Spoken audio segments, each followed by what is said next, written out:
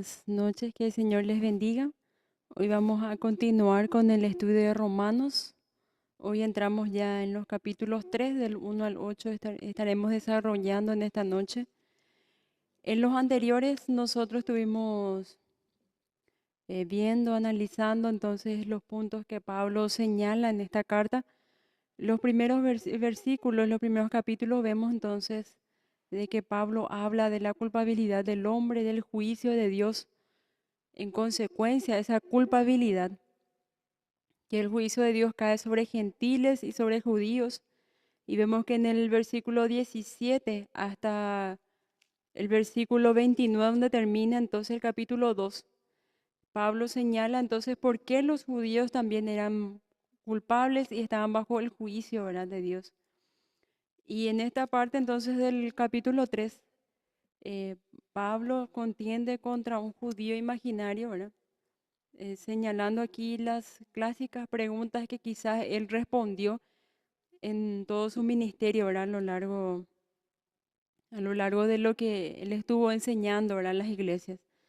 Podemos entonces buscar el capítulo 3 del 1 al 8 entonces de Romanos, y dice de esta forma: ¿qué ventaja tiene pues el judío? ¿O de qué aprovecha la circuncisión? Mucho, en todas maneras. Primero, ciertamente que les ha sido confiada la palabra de Dios. Pues, ¿qué si algunos de ellos han sido incrédulos? ¿Su incredulidad habrá hecho nula la fidelidad de Dios? De ninguna manera, antes bien, sea Dios veraz y todo hombre mentiroso. Como está escrito, para que seas justificado en tus palabras y venzas cuando fueres juzgado. Y si nuestra injusticia hace resaltar la justicia de Dios, ¿qué diremos? ¿Será injusto Dios que da castigo? Hablo como hombre. En ninguna manera. De otro modo, ¿cómo juzgaría Dios al mundo? Pero si por mi mentira la verdad de Dios abundó para su gloria, ¿por qué aún soy juzgado como pecador? ¿Y por qué no decir, como se nos calumnia y como algunos cuya condenación es justa afirma que nosotros decimos, hagamos males para que venga bienes? Amén. En esta parte entonces es lo que Pablo está desarrollando y estaremos analizando en esta noche. Primeramente entonces la pregunta que hace este judío dice: ¿qué ventaja pues tiene el ser judío? ¿Qué ventaja tiene? Si nosotros calculamos, ¿verdad? Los judíos son un pueblo muy sufrido, ¿verdad? Toda la guerra, penuria, esclavitud, persecución, cautividad, dispersión y humillación que ellos sufrieron, ¿verdad? Vemos en el Antiguo Testamento que ellos fueron esclavos en Egipto durante 400 años y fueron milagrosamente rescatados por Dios. Deambularon ellos por el desierto 40 años, ¿verdad? Hasta que se extinguió toda una generación, y era justo esa generación que había calumniado, que había entonces pecado contra Dios. Y entra entonces otra nueva generación a la tierra prometida. Ellos entran a la tierra prometida, pero tuvieron muchas persecuciones también estando allí. Ellos tenían que defender su territorio cada milímetro, ¿verdad? Contra invasores, contra enemigos. Vemos, ¿verdad?, que una vez que ellos se establecieron en su tierra prometida, una guerra civil. En esa guerra civil, Israel se divide en dos reinos, bueno, el reino del norte, el reino del sur. Vemos entonces que uno de los reinos primero fue llevado cautivo por Asiria, el otro fue llevado por Babilonia. Y vemos entonces que en las escrituras mismas dice, ¿verdad?, que nos muestra que los judíos han pasado por muchas cosas. Ellos fueron llevados cautivos, fueron esclavos. También en las historias extrabíblicas, ¿verdad? Si nosotros vemos la historia, ¿verdad?, fuera de la Biblia, los judíos también pasaron por muchas persecuciones. Ellos eran considerados por algunos líderes, ¿verdad?, de épocas antiguas, como que ellos no eran personas. Sufrieron mucha discriminación también, igual que una persona negra, ¿verdad?, hasta hace poco. Entonces, como los negros sufrieron humillación y discriminación, así también los judíos. Y una de las razones, ¿verdad? Una de las discriminaciones raciales que ellos sufrieron y el que es más notoria en la historia, entonces es los millones, los 6 millones de judíos que fueron muertos en el holocausto en la Segunda Guerra Mundial, ¿verdad? Por manos de Hitler. No eran religiosos, ¿verdad? Los motivos que los movió, pero sí eran raciales, porque a los judíos no se lo consideraba persona y hasta hoy en día hay personas que creen eso, ¿verdad? Hay personas que aún tienen ese pensamiento, ¿verdad? Pero no se exterioriza y no es tan fuerte como en épocas antiguas. Entonces, si nosotros nos damos cuenta en estas preguntas, se le está acusando a Pablo por el ministerio, por el libertinaje que muchos van a tildar, ¿verdad? Al ministerio de Pablo y a todo el mensaje que él lleva a las iglesias. Y vemos entonces que él ha tenido que confrontar a muchos judíos, ¿verdad? Dentro del cristianismo mismo, a muchos judíos que entraron en el cristianismo y a otros entonces judíos que rechazan el cristianismo y que rechazan a Jesús como el Mesías, ¿verdad? Y vemos eso en los libros de los Hechos, donde más relata entonces el ministerio de Pablo. En el versículo 21, en el capítulo 21 y en el versículo 28 dice, varones israelitas, ayudad. Este es el hombre que por todas partes enseña a todos contra el pueblo, la ley y este lugar. Y además de esto ha metido a griegos en el templo y ha profanado el santo lugar. Entonces, esta era la acusación de los judíos más religiosos, más legalistas contra Pablo, ¿verdad? Y estas son las preguntas que quizás él tuvo que responder más de una vez. Entonces, él compacta, digámosle, que toda la oposición y todo lo que tuvo que él defender de su ministerio en estas preguntas. Vemos también otra de las oposiciones, ¿verdad? Que Pablo eh, tuvo que sobreponerse, ¿verdad? Contra los judíos en Hechos 26, en los versículos 19 al 22, cuando estaba entonces frente al rey Agripa, defendiéndose, Pablo dice, no fui rebelde a la visión celestial, sino que anuncié primeramente a los que están en Damasco y Jerusalén y por toda la tierra de Judea y a los gentiles que se arrepintiesen y se convirtiesen a Dios, haciendo cosas, obras dignas de arrepentimiento. Por causa de esto los judíos, preteniéndome en el templo, intentaron matarme. Pero habiendo obtenido auxilio de Dios, persevero hasta el día de hoy, dando testimonio a pequeños y a grandes, no diciendo nada fuera de las cosas que los profetas y Moisés dijeron que había de suceder. Vemos entonces que Pablo fue fiel al mandato, al propósito que Dios le dio.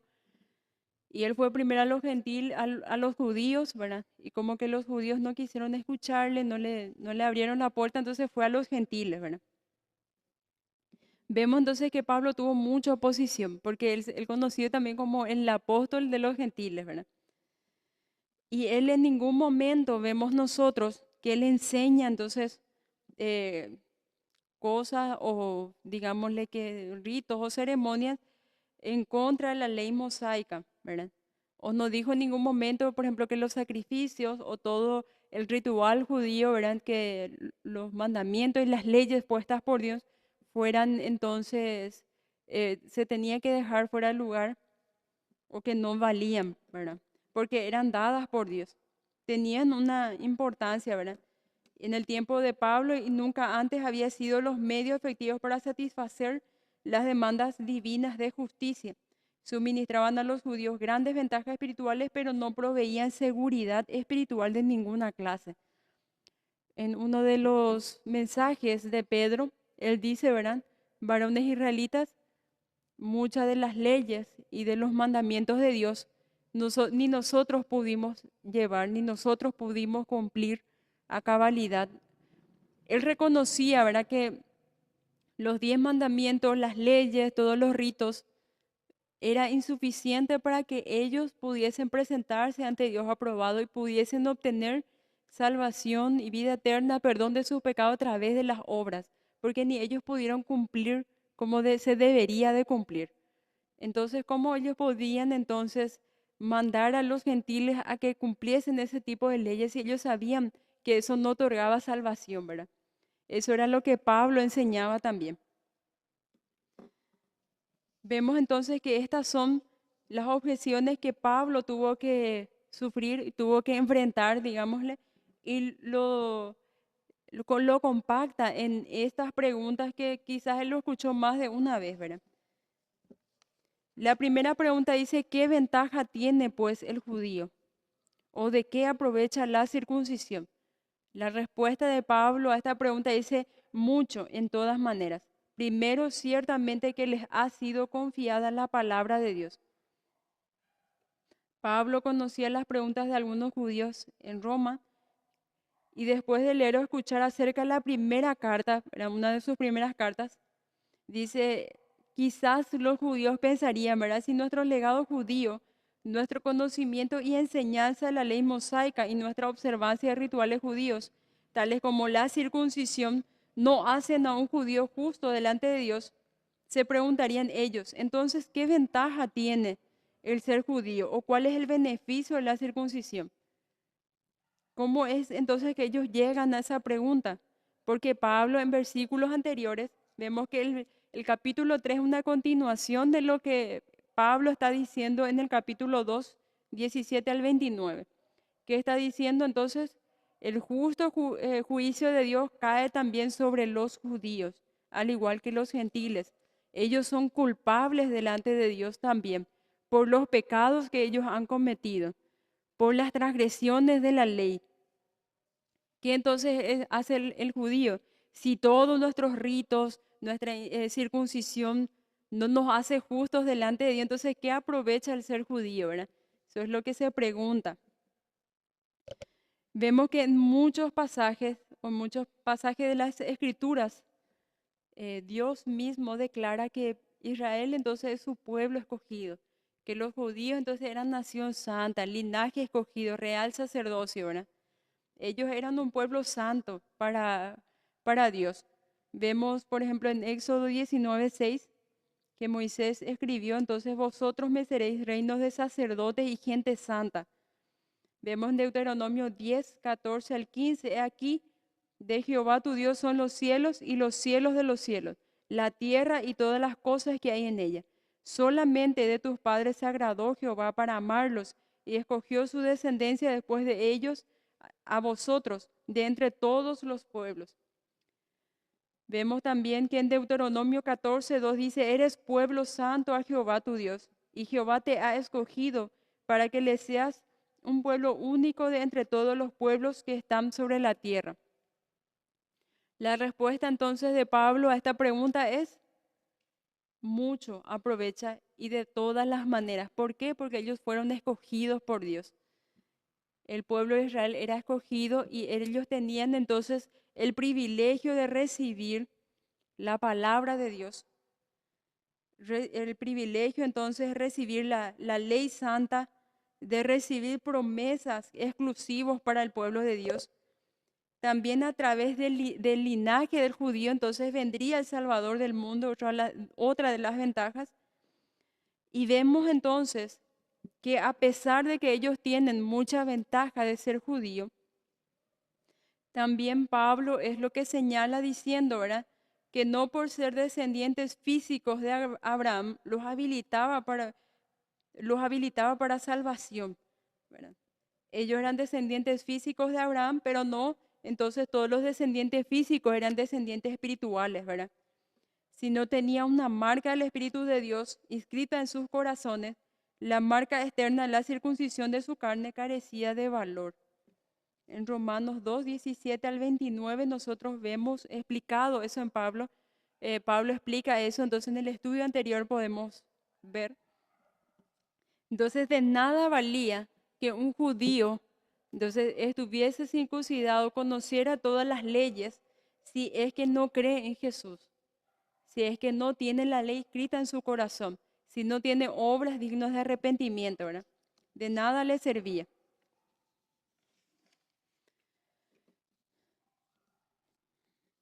En la parábola entonces del banquete de bodas, ¿verdad? Una de las parábolas que Jesús, nosotros encontramos que Jesús dice, ¿verdad? En los evangelios, dice, ¿verdad? Que el novio invita al, a sus amigos, conocidos, ¿verdad? Para el banquete de bodas. ¿Y qué es lo que hace? Ellos ponen excusas y no van. ¿Y qué hace entonces el novio enojado? Dice a sus sirvientes, vayan por las calles, por las plazas, por la ciudad, invítenle a todos para que puedan venir. Esta parábola entonces representa a Israel como los primeros invitados que recibieron más privilegios y que fueron convidados para celebrar la venida del Hijo de Dios, para redimir el mundo. Ellos tenían el privilegio de ser judíos, de recibir primeramente ellos la oferta de salvación. Los judíos tenían el privilegio de ser invitados ellos primero para vida eterna, para salvación, para presenciar lo que Jesús haría, ¿verdad? Por la humanidad. Pero como ellos rechazaron entonces el participar allí. La mayoría entonces de los judíos rechazaron a Jesús como Mesías. Dios abrió entonces la puerta para los gentiles, aquellos a quienes los mensajeros del rey encontraron por los caminos y por las calles. Entonces la pregunta, la respuesta de Pablo a esta pregunta dice, mucho en todas maneras, primero ciertamente les ha sido confiada la palabra de Dios. Y vemos entonces, ellos recibieron primero la invitación. Ellos recibieron, entonces los judíos recibieron la revelación de la palabra. Vemos que los que escribieron la Biblia, inspirados por el Espíritu Santo, eran judíos. Ellos tuvieron el privilegio de tener la palabra de Dios revelada, escrita, para que ellos pudiesen conocer cuál era la voluntad de Dios. Ese es su privilegio. Dice, por medio de Isaías, el Señor se lamentó por Israel. En Isaías 5:4 dice, ¿qué más se podía hacer a mi viña que ya no haya hecho en ella? Como esperando yo que diese uvas y ha dado uvas silvestres. Entonces, Dios ya entonces cansado por todo lo que ha intentado que el pueblo de Israel hiciera, ¿verdad? Vemos nosotros en el Antiguo Testamento que Dios envía muchos mensajeros, profetas, muchas personas enviadas por Dios para que el pueblo de Israel se volviese de sus pecados, dejase la idolatría y sirviese al Señor de todo corazón. Ellos no le hicieron caso, mataron a sus profetas, eh, los exiliaron, los golpearon. ¿Y qué hace entonces el Señor en estos versículos? Dice, ¿qué más podría hacer yo por mi viña que ya no haya hecho en ella?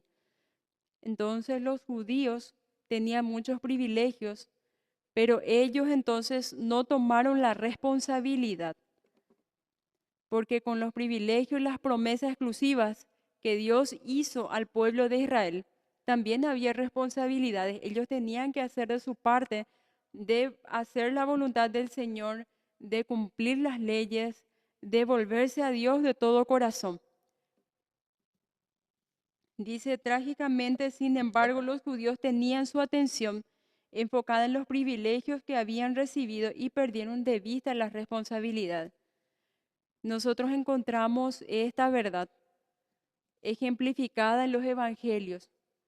Cuando nosotros analizamos, por ejemplo, a los fariseos y a los judíos, ¿verdad? A los religiosos de esa época, nos damos cuenta de que ellos estaban más preocupados por sus ceremonias, por sus ritos, por todas las leyes que ellos se inventaron para el pueblo de Israel, que la palabra de Dios misma, ¿verdad? Ellos entonces estaban más enfocados en conocer la ley, en conocer sus costumbres, sus tradiciones, en hacerlas cumplir, que cumplir y vivir lo que Dios pedía de ellos. Ellos decían que ya era suficiente con conocer. Bueno, y vemos ver algunas de a través del Antiguo Testamento también las historias, nosotros analizando entonces esas historias nos damos cuenta de que ellos hasta extraviaron el, los escritos, ¿verdad? De la ley de Dios. Ellos extraviaron. Recién entonces el sacerdote Hilcías encontró una copia durante la restauración del templo y fue entonces que Judá empezó a honrar de nuevo los mandamientos del Señor y a observar sus ceremonias durante un breve tiempo bajo el reinado del piadoso rey Josías. Eso vemos nosotros en Segunda de Crónicas 34, 14 al 33, esa historia.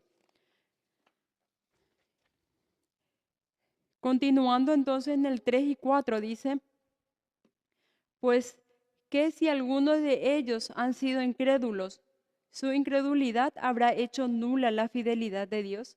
De ninguna manera, antes bien sea Dios veraz y todo hombre mentiroso, como está escrito, para que seas justificado en tus palabras y venzas cuando fueres juzgado.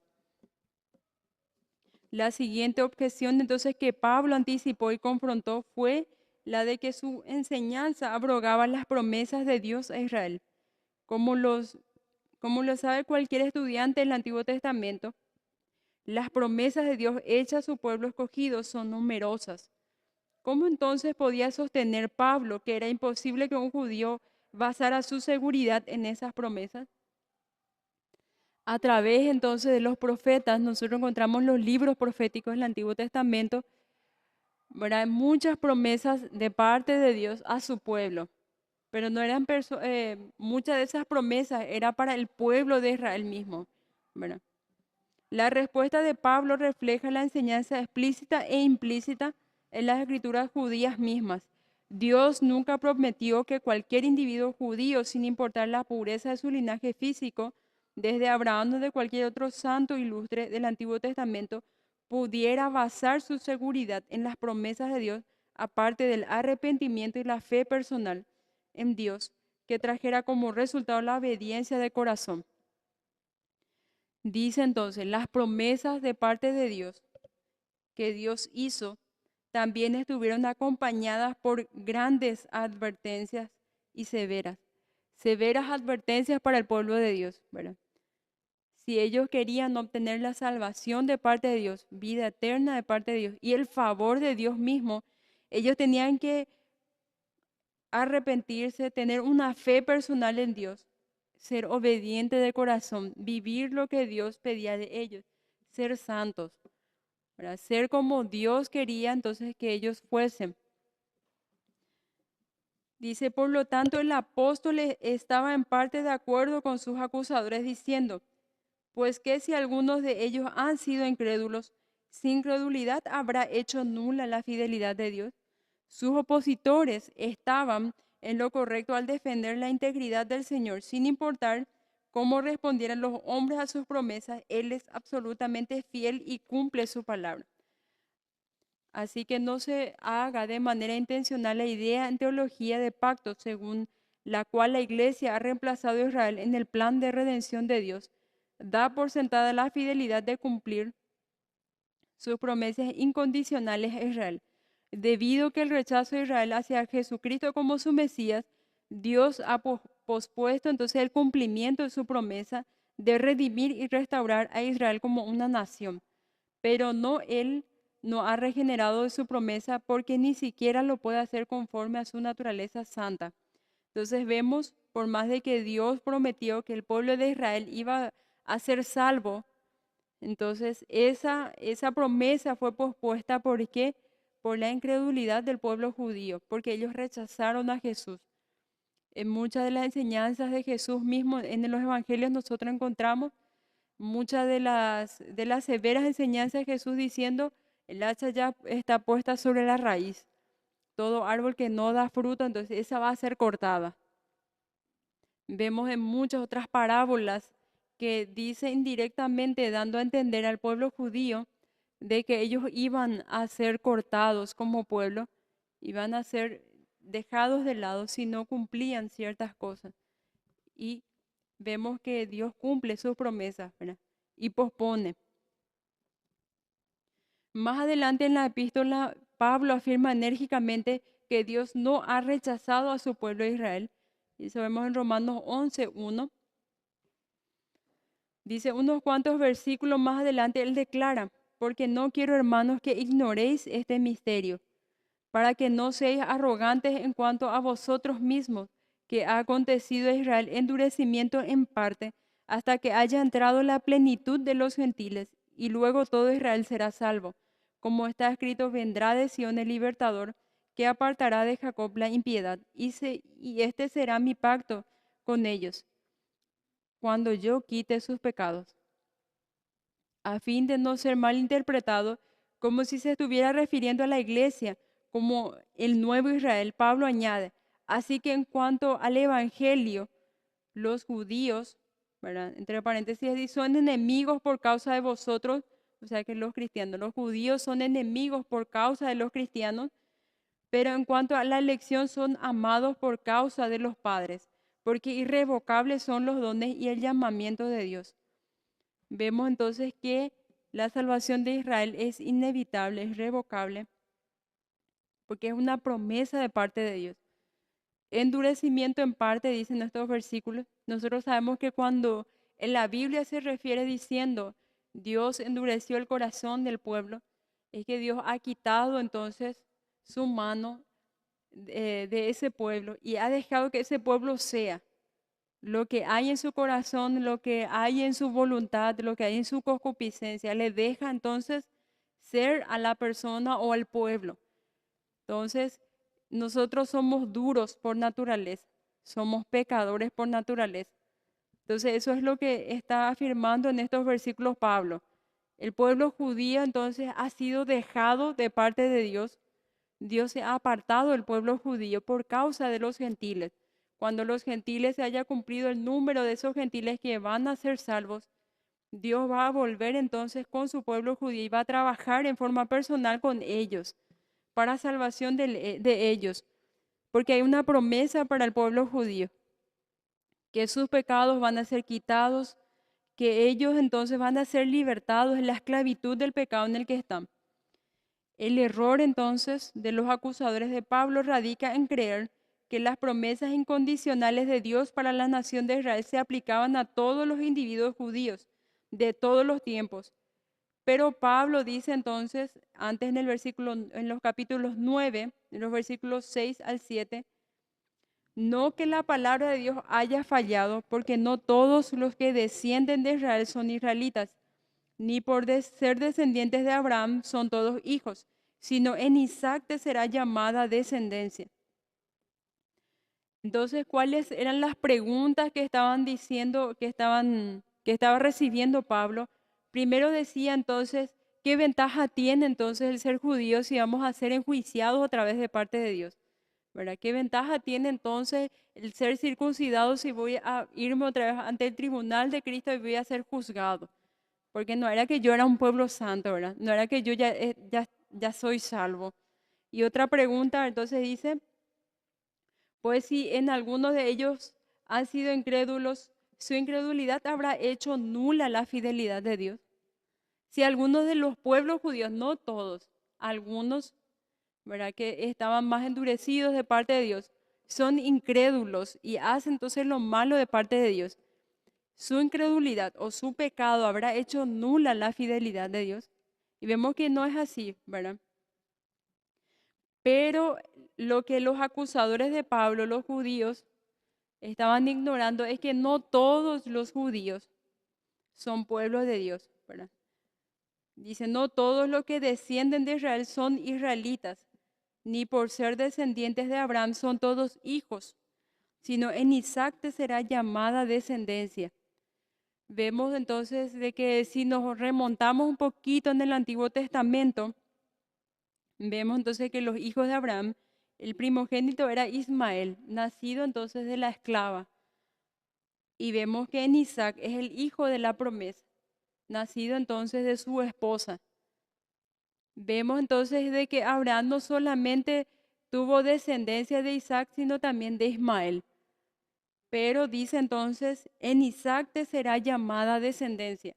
¿Qué está diciendo entonces? Que todos los que son hijos de la promesa son pueblo de Israel. Los que son hijos de la promesa entonces son entonces descendientes de Abraham que van a disfrutar de ser el pueblo escogido de Dios, ¿verdad? Hay una descendencia espiritual.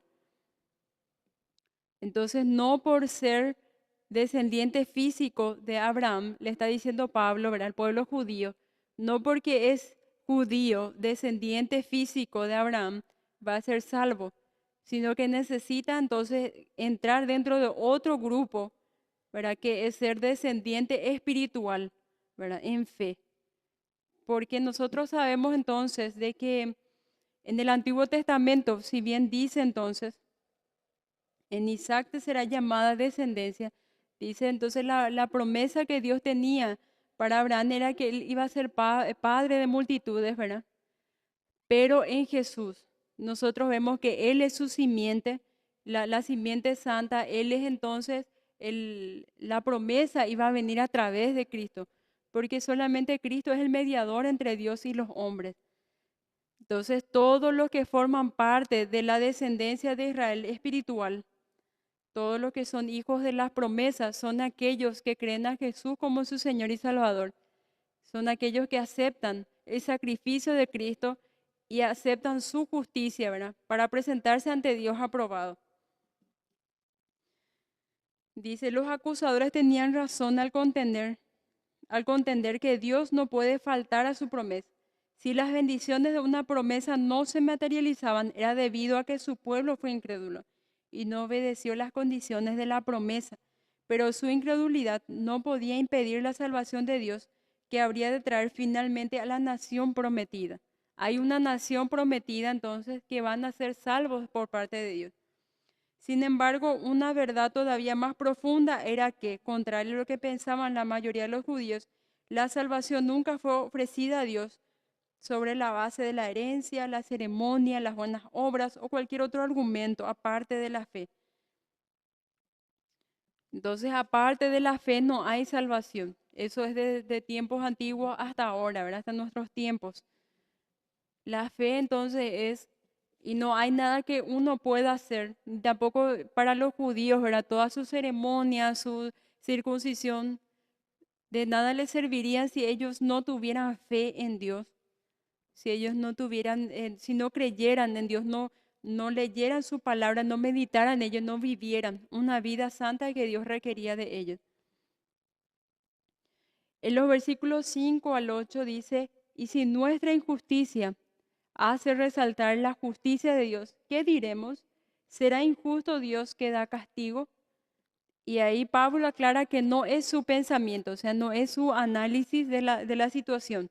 Él está entonces repitiendo lo que otro está diciendo y dice entonces, hablo como hombre. En ninguna manera, de otro modo, ¿cómo juzgaría Dios al mundo?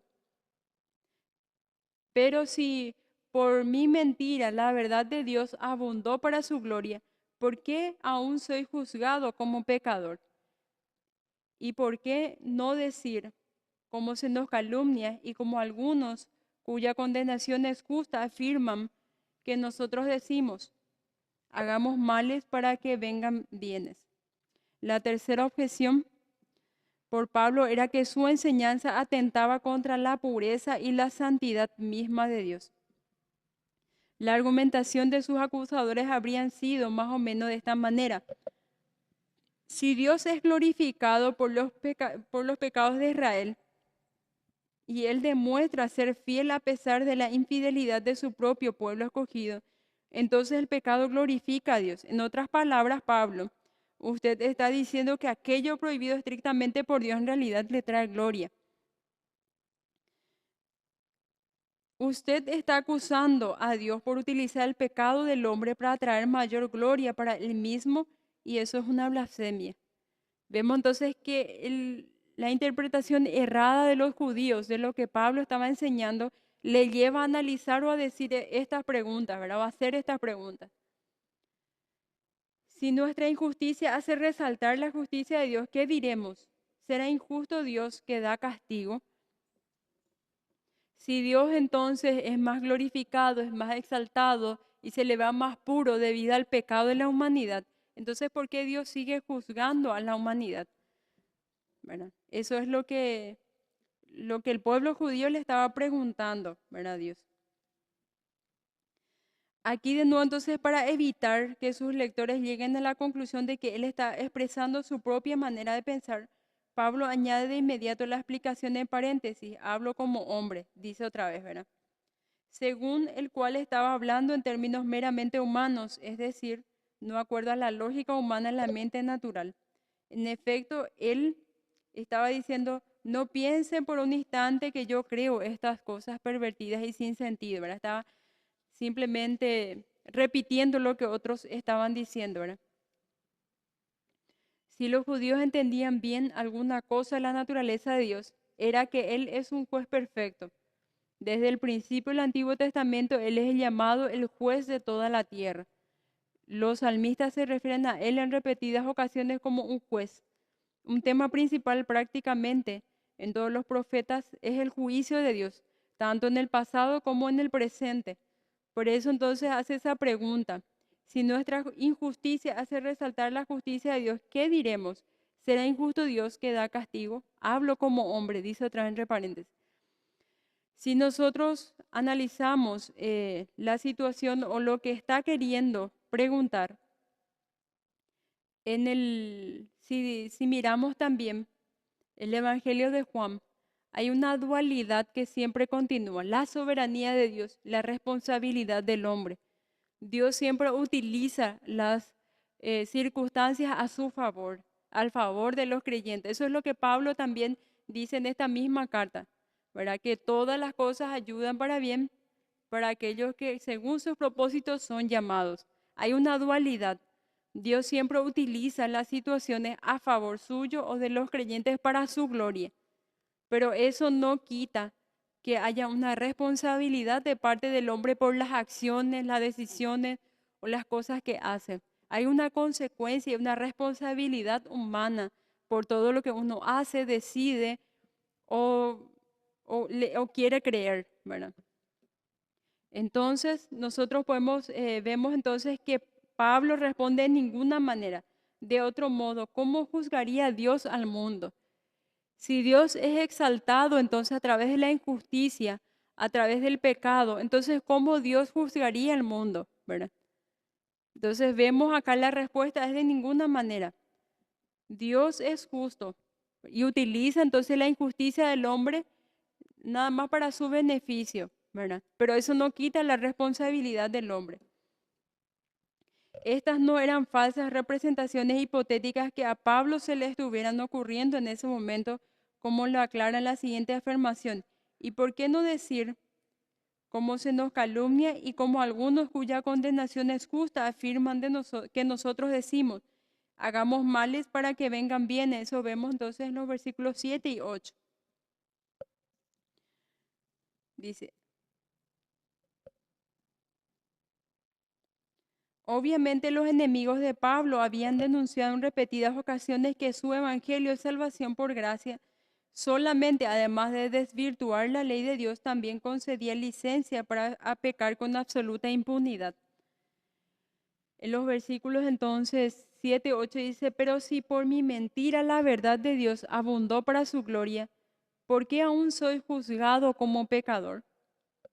Y hace entonces ahí, ¿y por qué no decir, hagamos males para que vengan bienes? Sería entonces digámosle, compactado todos los análisis, ¿verdad? O las preguntas que están haciendo en este caso este judío imaginario, ¿verdad? Si por mi mentira la verdad de Dios abundó para su gloria, ¿por qué aún soy juzgado como pecador? Si yo estoy haciendo algo que beneficie a Dios, lo que está diciendo esta persona es, ¿por qué entonces yo sigo siendo juzgado? Probemos entonces de que para ser salvo uno tiene que creer, tiene que vivir y tiene que no solamente conocer, sino realizar obras dignas de arrepentimiento, mostrar entonces con actos lo que hay en su corazón. Como Santiago dice, ¿verdad? Que la verdad, o sea que la fe sin obra es nula, ¿verdad? Es muerta. Toda religión entonces tiene que tener, o sea que toda creencia tiene que tener un fruto, ¿verdad? Entonces, si nosotros analizamos, dice, pero si por mi mentira la verdad de Dios abundó para su gloria, ¿por qué aún soy juzgado como pecador? ¿Y por qué no decir, hagamos males para que vengan bienes? Le está acusando por solamente esta frase, ¿verdad? Desvirtuar la ley de Dios y dar licencia para pecar con absoluta impunidad. En esa frase reduciríamos, entonces, o explicaríamos estas preguntas por parte de los judíos. Si en esta época, por ejemplo, nosotros enseñamos que la salvación no se pierde, ¿qué solemos escuchar? Está dando una licencia para pecar. La salvación no se pierde. Nosotros sabemos eso porque fuimos escogidos antes de la fundación del mundo. Dios preparó un momento exacto en que nosotros escucharíamos la palabra. Nos mandó el Espíritu Santo que nos guiara a ese momento de salvación, digámosle, todo ese proceso de salvación que vemos nosotros desde el llamamiento al arrepentimiento, la santidad, la glorificación, ¿verdad? Que son momentos y etapas, digamos, de la salvación. El Espíritu Santo nos guía en ese caminar, ¿verdad? De santidad. Y eso se demuestra con obras exteriores. Entonces, vemos entonces que todas esas personas, todas esas personas que tienen licencia para pecar o que utilizan, por ejemplo, esta o que piensan de esta forma, no son, no son cristianos, no creen en Dios, no son salvos, ¿verdad? Es posible entonces que algunos de los acusadores de Pablo asociaran equivocadamente sus enseñanzas con los libertinos dentro de la iglesia, tales como los que eran el lunar más visible de la iglesia de Corinto. Judas escribió acerca de ello, ¿verdad? Podemos buscar en Judas para leer.